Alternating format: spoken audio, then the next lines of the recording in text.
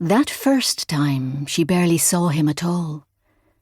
There was a glimpse when he came through the main door, and then again later when the girl was crawling all over him. She hadn't been in the job all that long, 2, maybe 3 weeks in, and still finding her way around the place. The various bottles and taps, the big curved counter in the main bar, the compact lounge out the back. Beyond all that, the 4 flights of stairs, one darker than the next. She'd been polishing whiskey glasses. The glasses didn't really need polishing, but Trish had told her that Mrs. Oak didn't like her barmaids to stand still or show idle hands. She thinks it makes the place look like a church, Trish said. And who wants to drink in a church?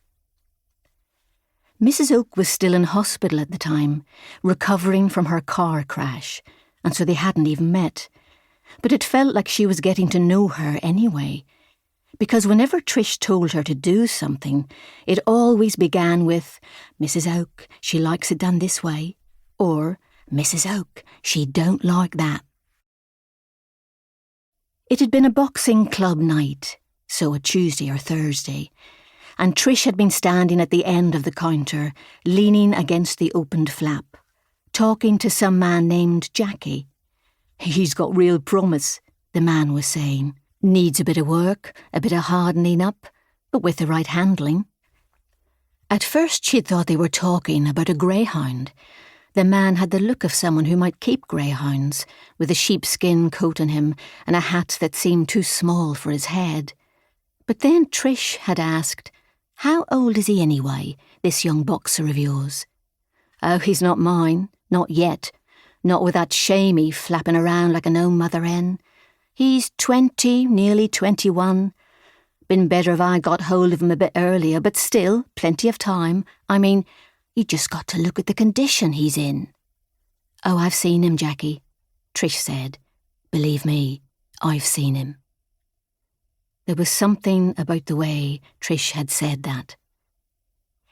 By then, it would have been about an hour before closing time. The boys from the club were starting to come in by 2s and 3s. You could nearly hear the energy jangling off them, and their voices seemed to electrify the room. He came in last, with Shamey. They hung back for a few minutes in the alcove, just inside the main door, and his face was in shadow. Shamey, standing with his back to the room, hand on the younger man's shoulder, appeared to be doing all the talking. She knew who Shamey was, because on her first day of work, he'd gone to the trouble of introducing himself. "I run the boxing club down the back lane," he said, "so you'll be seeing a lot of me. My boys give you any trouble, you let me know." She'd thought he had a nice face, even if it was a bit battered looking, and had hoped the bit about the boys giving trouble was a joke.